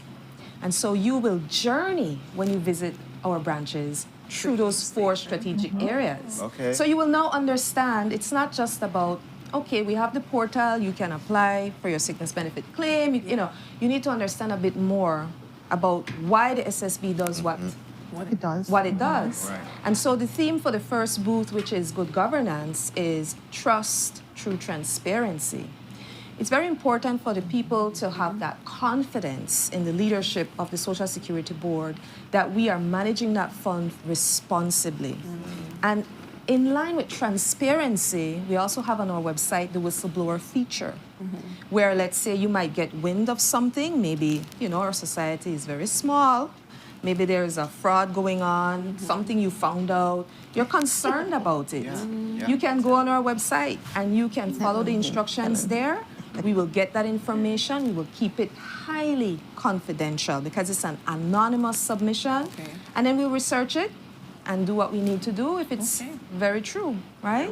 So you will understand more about good governance, how we manage in terms of accountability, integrity, all of those values. The second station is scheme modernization, where it's bringing SSB at your fingertips and you learn more about those services that Miriam mentioned. If you don't have a portal account, I encourage you, get a portal account. It's very important. It's how we engage now with our customer base, right? The third one, as I mentioned earlier, in terms of strategic priorities, would be operational excellence. And the theme for that one is service you can feel, right? It's all about a customer experience at the end of the day. There are certain branch standards or SSB standards of excellence that the general public needs to understand, hey, these are the things that guide our service. And so in sharing that information with you, you can then hold us accountable to those standards, right? We're expecting certain things. You're learning more about the SSB beyond just, you know, those benefits that you apply for. And then, of course, the last one is fund sustainability. That's a very important station for you to understand. It's also an opportunity for you to get some information about retirement benefit and what do you need to think about for the long term. You know, you don't want to think about retirement when it's like, I'm 59 years old now, and what do I do now, and when do I apply for it? How many contributions do I need to secure certain things? Do I have enough for a benefit, or maybe I will just get a grant? We have to be targeted and focused with our lives, and we have to plan accordingly. So there's a retirement section or corner, if you will, at that fourth booth, and then also you get to understand how we manage the fund, because you pay Social Security contributions, I pay Social Security contributions.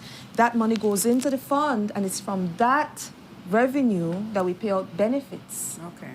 But I don't get sick often, thank the Lord, right? So you have a percentage who do, and they need money to pay for those benefits, right? There is an excess in the fund afterwards.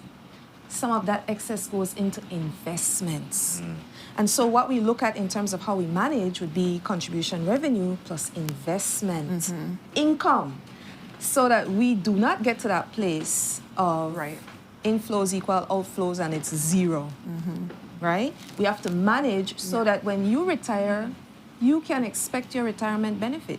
And so that fourth station speaks to all of those things, and there should be a really beautiful poster that's summarizes all of what I mentioned just now. So, and of course, as you interact with us at those various stations, you get to win prizes, right? And surprises.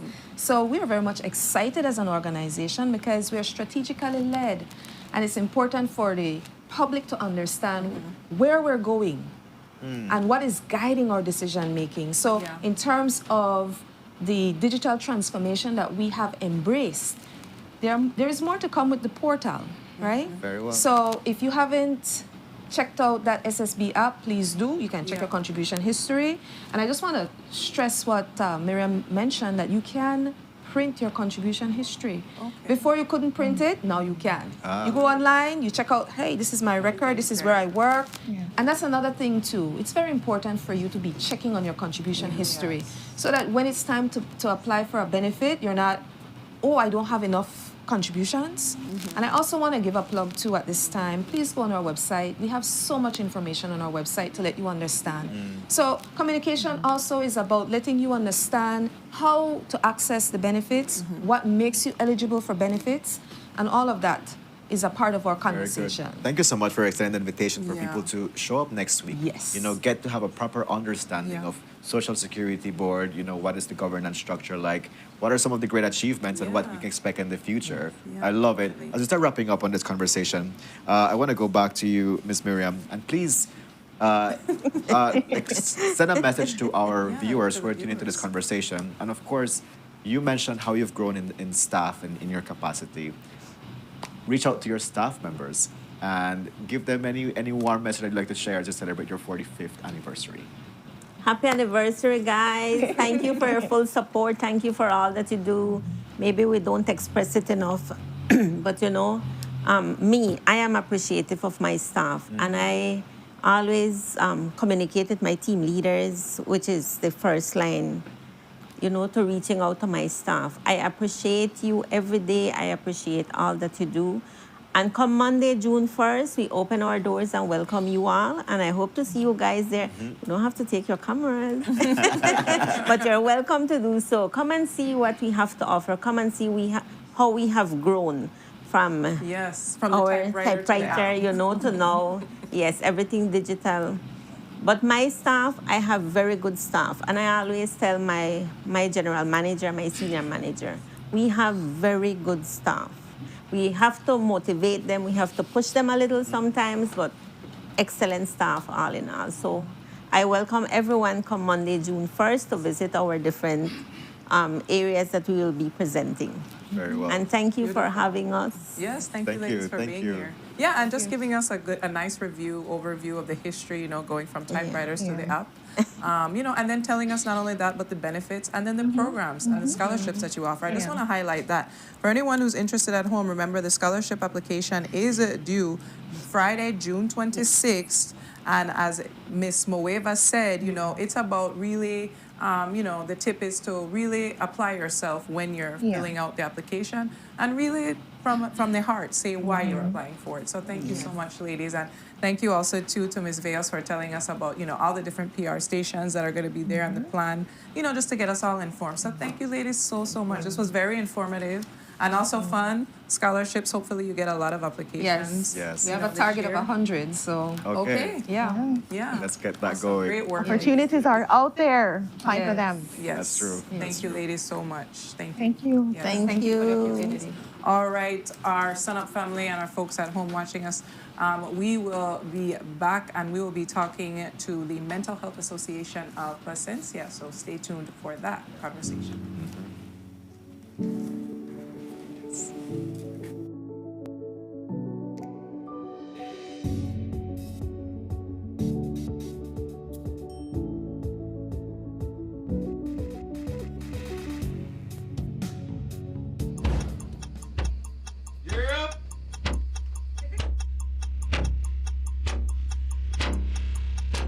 These charter mints aren't We're navigating along the coastline. This morning, the 2023 Good evening. Good evening. I'm Cherise Helsel, and here's what's ahead for you on 7 News Tonight. We've got details of these and other stories in our newscast for tonight. Good evening. With your news, I'm Nadir Craft. Belize, you're watching the Nation Station, Channel 7.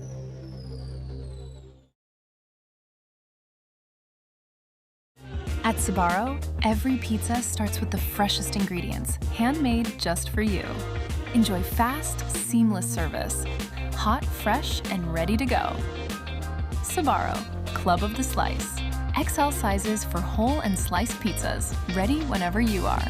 Closer to you than ever, now with 2 locations. Sbarro in Publix Coney Drive and Sbarro in Publix Express next to Transparent BPO.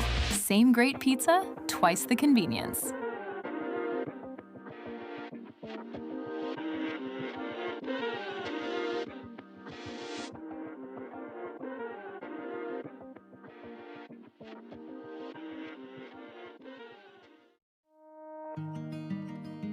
The roads of Belize connect us all. Riders, drivers, families, friends. Every day begins with a little routine and the confidence that life's journeys are protected. From school drop-off through the daily grind and everything in between, each with different roads ahead, yet one common goal: to arrive safely. Atlantic Insurance stands with Belize's riders and motorists with affordable protection, support, and peace of mind for the journey ahead. For the roads we share and the lives we protect, Atlantic Insurance is by your side, insuring you from life's unexpected. Atlantic Insurance, insuring you from life's unexpected. Electricity is essential for everyday life, but behind every outlet, a lot is happening to bring you safe, reliable, and sustainable energy. Let's start at the beginning.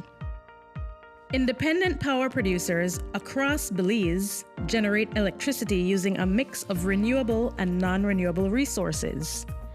Electricity travels across a network of high-voltage transmission lines capable of transmitting electricity across long distances. Electricity then reaches your nearest substation, where it is adjusted to a lower voltage, making it safe to travel on the distribution lines you see in your community. From there, electricity makes its final journey from the distribution lines to your home, providing you with safe and reliable power when you need it. Belize Electricity Limited. We continue to serve you.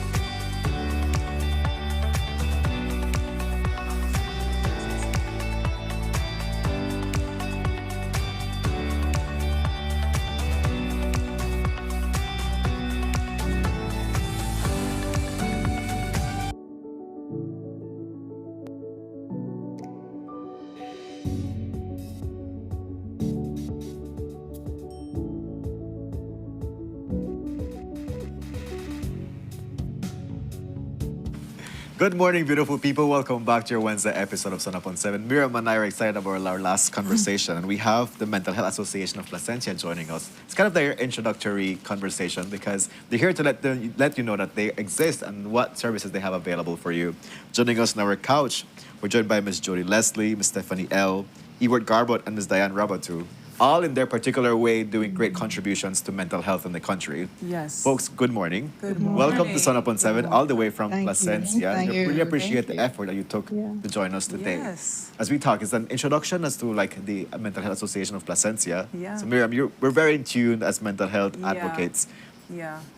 Let's We stop are in very and find out into- more about that. Yeah, Kevin and I are huge mental health advocates, so we really appreciate you all coming here all the way from Placencia to talk about the work that you're doing in Placencia about mental health and your introduction to the country, to know that you all are there. This is the Mental Health Association of Placencia. So maybe you can give us like a quick overview of when you all started, you know, and the work forward, since we're introducing you to Yeah, the so let's invite Ms. Jody Leslie, the Vice Chair, to give us an insight. Yes. Okay, start with one person. Okay, let's see. We started, I would say, about August of 2024. Okay. So we've kind of been building this over the last 2 years. Eworth and I both sit on what is called the Police Advisory Committee, Okay.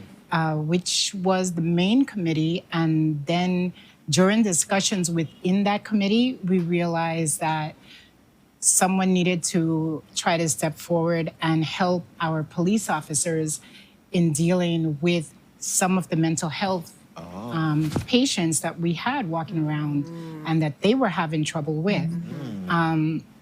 So we kind of got together and we decided to form this umbrella organization or this umbrella association under that committee as well.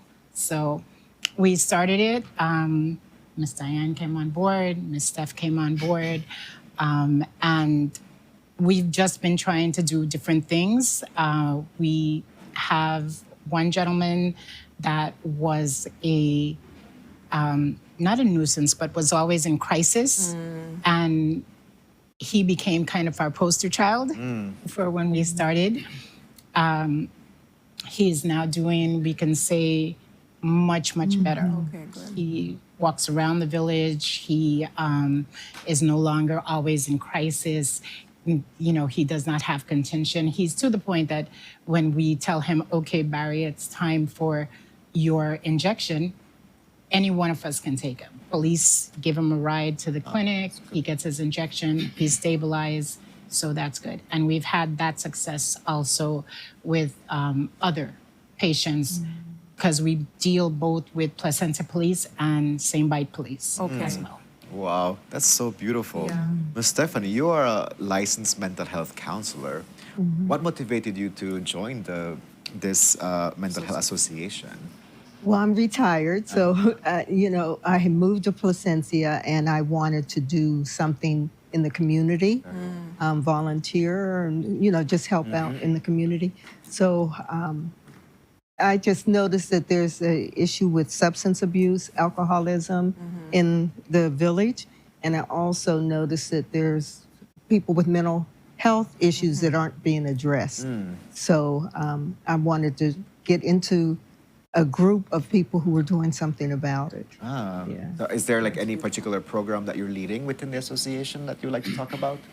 Say again? Is there any program that you're leading as, you know, a mental health therapist working in substance abuse? No. Not at the moment? No, not okay. at the moment. All right. Okay. I'm an observer. Ah, you're an observer. Yeah. I love it. Miriam. Yes, so I'd like to bring in Miss Diane Rubato. She's also a mental health counselor into the conversation, and you know how since 2024 up until now, you know, August 2026 will make 2 years that you ladies have been doing this work, and it's all volunteer based. That's what I'm gathering. Yes. Yes. You know, how have you seen the group? How have you seen it grow as far as the response of people actually seeking out help to you ladies and the Mental Health Association of Placencia? How has 2 year span, yeah. How have you seen it grow?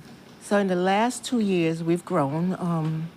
We have locally more clients that we are managing, so to speak. And we have active engagement with the police department, as well as some local businesses. So people are now aware of the program, and they're coming on board. I think that we've had some volunteers that help with the food program to help cook the mood. And I think I call him Uncle Les. He will talk a little bit about the real specifics about some of the things that we're doing. But basically, the program is expanding. We're bringing more awareness to mental health, which is really our mission. Yeah, that's very important. Yeah, in that regard, why is it important for us to like highlight awareness for mental? I mean, we know it, but for the people that are wondering, you know, like, why is it important for us to have a mental health association and advocate for mental health? All right, we live in Belize, and you could look all around you and see mental health problems, okay? And the problem that we're having is that most people are not really aware of what they could do. They feel kind of helpless and hopeless. And so by our committee doing the kind of work, we could model what you could really do to help individuals like that on the streets that's suffering. I love it. Yeah. You know, from observation, I have not seen or interacted with an association that has like therapists as active as you within them. So like, is there the opportunity for maybe other groups that are interested in having a similar mission to like reach out to y'all, to, like learn skills, you know, like what? Because I connect very well with what you said. You know, people may want to help, but they don't know how to help. Yeah. Is there the opportunity for collaboration? Yes, absolutely. We have no problems with that. We make ourselves available to whoever. If it's the families that need questions answered, we are more than happy to help with that. We try to work not only with the patient or with the client, but as well as we need to try get the family involved so that they can, because a patient on its own has struggles that they will have to go through. When they're supported by family and the family can understand the reasons for the crisis, you have different diagnoses. Most of the patients that we have dealt with have some level of schizophrenia, which is serious. You also have the psychosis. But as well, one thing that we're not touching on is that mental health isn't just someone with schizophrenia or, as we would say, somebody going crazy. It's not that. You also have people that suffer from depression, suffer from anxiety. And in this case, that's where the other counselors come in with their expertise because they're able to do that. So we just want people to know, no, it's not. You don't have to act like you're going crazy. If you have depression, if you, have anxiety, if you just need, someone to have that support with, we are there. And we will definitely open ourselves to anybody that asks. Thank you so much for letting our viewers know. Unfortunately, we're out of time, but Ewart, I would like to give you the opportunity for us to. First and foremost, man, the seed that we want to plant here, this is a passion-driven organization. And what we do is the stigma. There is so much people here, crazy people here, this, you hear that. I personally have experience that whereby I lost one of my cousins, my aunt, only son, was shot point blank in front of her. If I knew what I know now, I don't believe that may happen because it's not being aware. If you try to out one fire with gas, you know what will happen. It's going to explode. And there's too much not knowing is the biggest problem. But you could reach out to us at that. Our email is, I think it's placencia mhc@gmail.com, and also just go to Placencia Mental Health on Facebook. But bottom line, it's a passion-driven, and we're actually having mentor. We have people that we've been working on going on 2 years. That is now, we get called from the police. We have a situation where 2 mental patients in a cell. What could we do? I'll tell you, Miss Diane is a superhero. All these ladies is amazing, but they unlock doors that seems like it don't have any key. This one guy didn't even want to talk. And when she gave her the opportunity, it was, and I know this time is not even close to touch what we really have. But our thing is we meet every Tuesday, and this been going near 2 years. And the government also have a serious role to play, but we want to plant the seed from north to south, and not just make this as an example, but a duplicate example that could be triggered on to all of Belize and generation to come now. Very well. Ewart, I have to share how I admire you so much for having this long-term vision of what you want for Placencia and the community to look like, and your involvement in different ways of how to get there. To help you're the chair of the Mental Health Association of Placencia, so that's a great contribution. Folks, unfortunately, like I said, we're out of time, but definitely you have a future invitation for you to join us. Maybe you can talk into specific issues that may be affecting the community, or how can we support. I wanted you to know the secret sauce, though. Oh. There's a secret sauce. What is that? In how you deal with them. Yes. They want love, they want respect, they want compassion. They want the same thing you and I want. I agree. And if we are working with these group of people and you offer that, it's going to be a win-win for everybody. So that's the secret sauce, okay? Yeah, you ladies. Secret, not so secret anymore. That's right. That's good. And you ladies, and also you, Mr. Garbutt, you're an example of service above self. So thank you. We were talking to Rotarians earlier, and they were saying that. So thank you so much for your contribution. Thank you. Thank you for having us. Belize, we appreciate it. Yeah. And like Kevin said, we invite you to come back. Okay. Anytime. You will. Yeah, so unfortunately, as Kevin said, we have to wrap up. We're out of time, but we'd like to thank again the Rotary Club for joining us, telling us about their Father's Day raffle. So ladies, buy your ticket so you can get that truck. Because as Kevin mentioned, the fathers usually don't win. I hope they get it. And then we also have to thank the Belize Sustainable Ocean Plan for coming and talking to us about that 30% of our water being under protection. Even with my joke about it being 100%, they were like, no, we can't do that. And then we also have to thank the Social Security Board as well, Kevin, for coming in and talking about, their strategic plan and their 45th anniversary celebration coming up starting next week, Monday, at all branches across the country. And finally, of course, we have to thank the Mental Health Association of Placencia, coming all the way from Placencia to sit on our couch and tell us about the good work that they're doing in Placencia. So kudos to Great you job, all. Miriam, doing that summary. You did it. Yes. Folks, with that, we want to say thank you so much for joining us on this Wednesday episode. We truly value your company and engaging with you. Whatever we share on our show, we hope are great conversation starters. Carry it on. Hopefully it will be transformative, but definitely let you know how can you contribute to the community. We love you, and we're going to see you on Friday. Yes. But tomorrow we're going to be having Brandon, and we'll see who's going to be with Brandon. It's going to be a surprise. But until then, take care. Have a great day ahead. We love you. Remember, Bye-bye. stay grateful, stay blessed. Now we dance.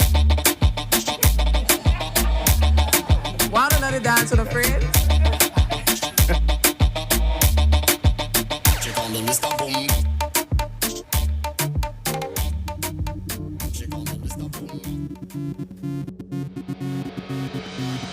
A place to call your home, a place where you can grow. Stand by me and we'll take flight. We'll be there at morning's light. I've got you covered on all concerns we share today. You will discover how the world turns each day. When the sun comes up